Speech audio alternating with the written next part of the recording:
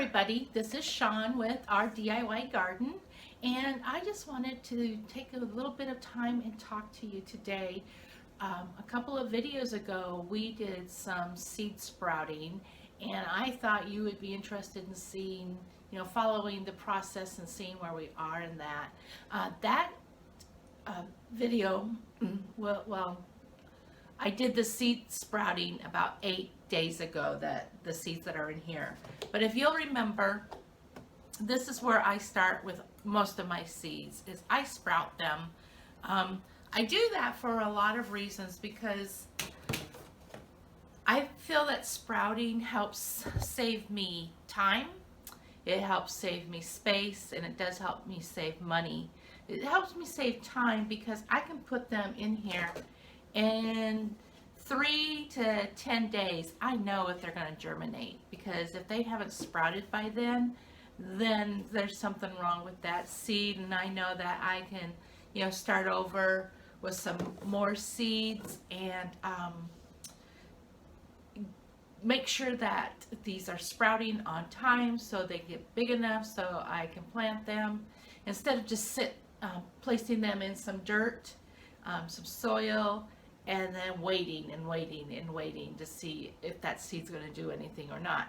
Now, it's not 100% guaranteed that when the seed sprouts and I put it into soil, it's going to grow, but it's like 95% guarantee success rate.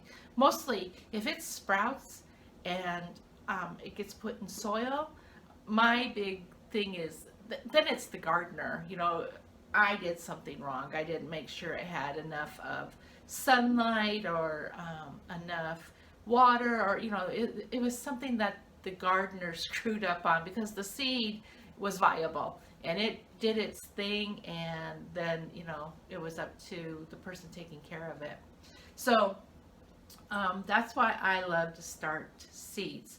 But speaking of seeds, I really wanted to talk to you guys about, if you're up north, and I know we have family up in Michigan, and they're going to get a big snowstorm. So, they're not thinking of sprouting seeds yet.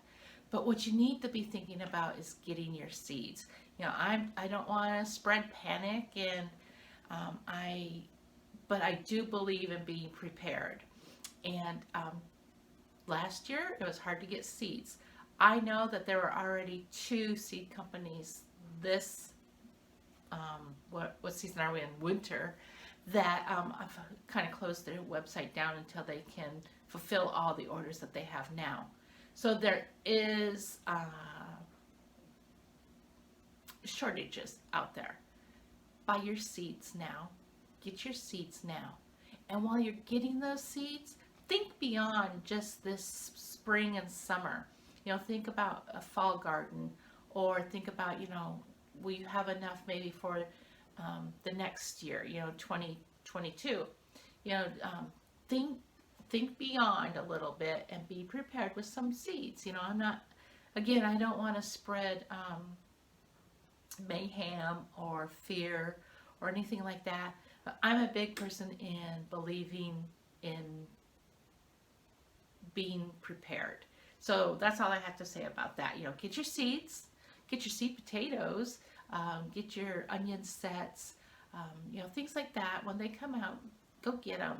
And you might want to even go to like a feed store, or some like little Ace Hardware stores, anything that's particular to your area. If you go to the big box store, you don't know what you're going to get and if it's going to work in your area.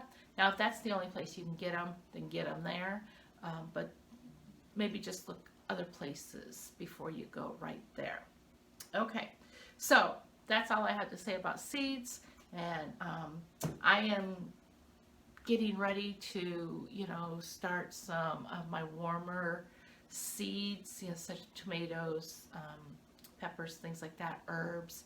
And we'll talk more about that later. I've got my heat mats out because my broccoli, my cauliflower, my cabbage, things like that are now in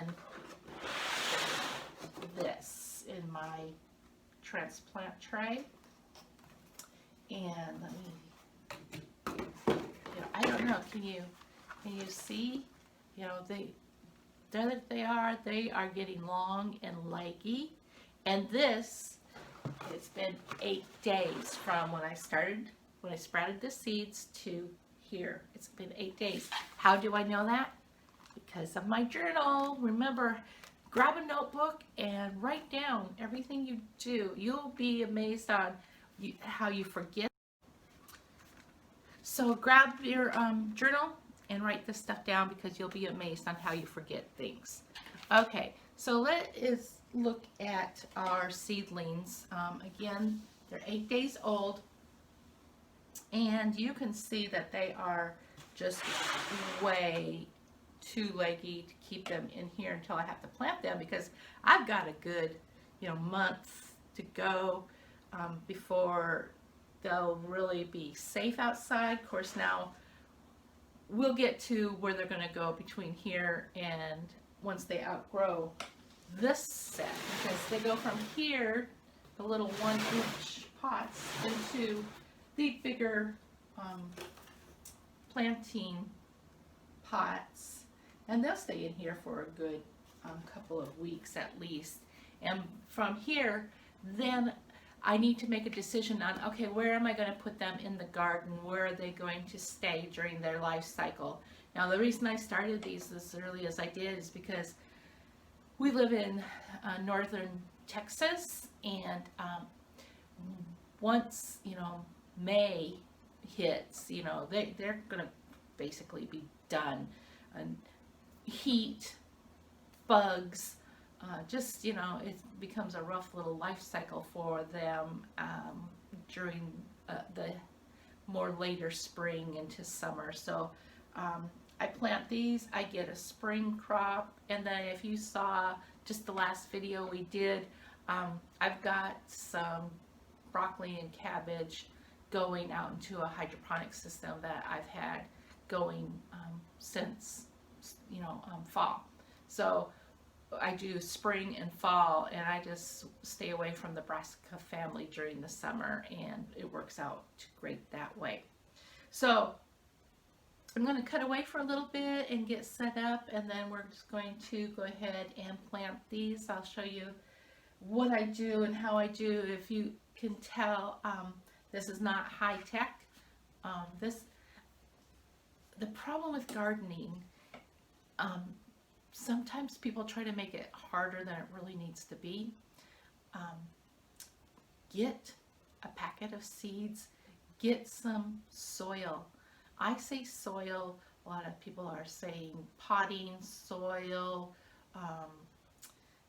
You need some dirt that doesn't have rocks, sticks, things like that, because it will, the seed can't get through.